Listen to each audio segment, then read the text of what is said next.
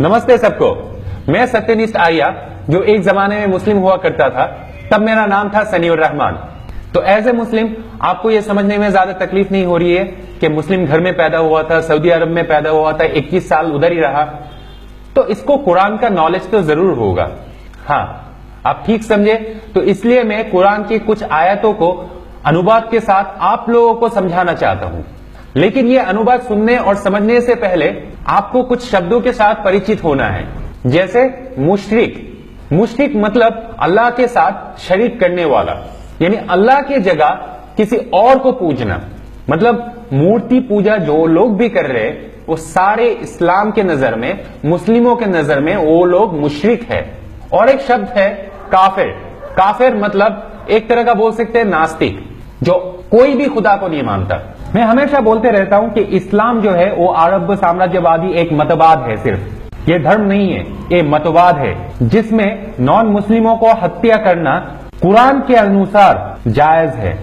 उसका प्रमाण स्वरूप जो रेफरेंस मैं आपको दे रहा हूं, कुरान के चैप्टर नंबर 9 सूरह तौबा वर्स नंबर 5। जब इज्जत के महीने गुजर जाएं तो मुशरिकों को जहां पाओ कत्ल कर दो और पकड़ लो और घेर लो और हर घात की जगह उनकी ताक में बैठे रहो। फिर अगर वो तौबा कर लें और नमाज पढ़ने और ज़कात देने लगे तो उनकी राह छोड़ दो, बेशक अल्लाह बख्शने वाला मेहरबान है।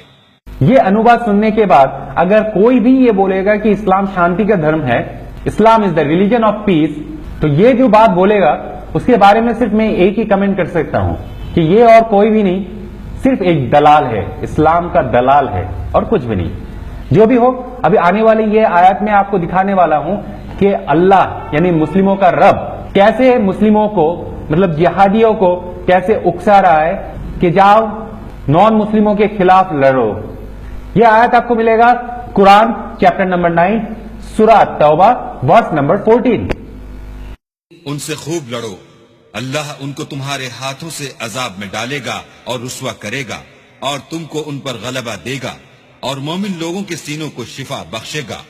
अभी ये जो आयत दिखाने वाला हूं उसमें आप देख सकते हैं कि जिहादियों का इज्जत अल्लाह की नजर में कहां है। तो इसका रेफरेंस है कुरान चैप्टर नंबर 9 सूरह तौबा वर्स नंबर 20।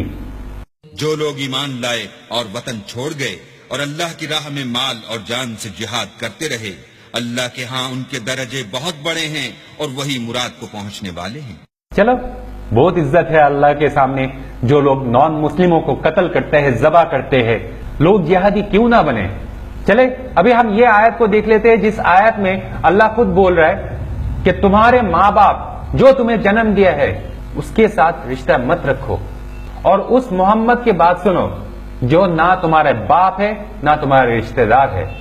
इसका रेफरेंस है कुरान चैप्टर नंबर 9 सूरह तौबा वर्स नंबर 23। अगर तुम्हारे माँ बाप और बहन भाई ईमान के मुकाबिल कुफ्र को पसंद करें तो उनसे दोस्ती न रखो, और जो उनसे दोस्ती रखेंगे वो जालिम है। जो भी हो, अब ये वाला आयत देख ले जहां पर अल्लाह फिर से जिहादियों को उकसा रहे हैं, जाओ नॉन मुस्लिमों के खिलाफ जंग करो। ये उकसाने वाली आयत ये है कि कुरान चैप्टर नंबर 9 सूरह तौबा वर्स नंबर 29। जो लोग अहले किताब में से अल्लाह पर ईमान नहीं लाते और ना रोज़े आखिरत पर यकीन रखते हैं और ना उन चीजों को हराम समझते हैं जो अल्लाह और उसके रसूल ने हराम की हैं, और न दीन हक को कबूल करते हैं, उनसे जंग करो यहां तक कि जलील होकर अपने हाथ से जजिया दें।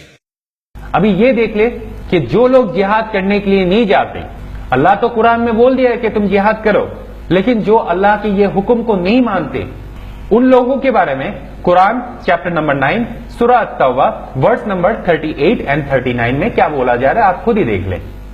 मोमिनो, तुम्हें क्या हुआ है कि जब तुमसे कहा जाता है कि अल्लाह की राह में जिहाद के लिए निकलो तो तुम काहिली के सबब से जमीन पर गिरे जाते हो, यानी घरों से निकलना नहीं चाहते।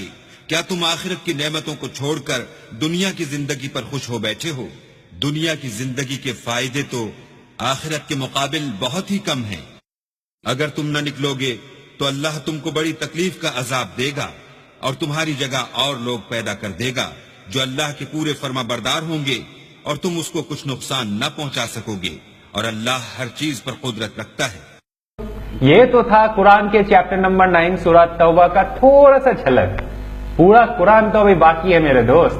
جو بھی ہو اس ویڈیو کو زیادہ سے زیادہ شیئر کریں اور سچائی لوگوں تک پہنچائے. نمستے سب کو.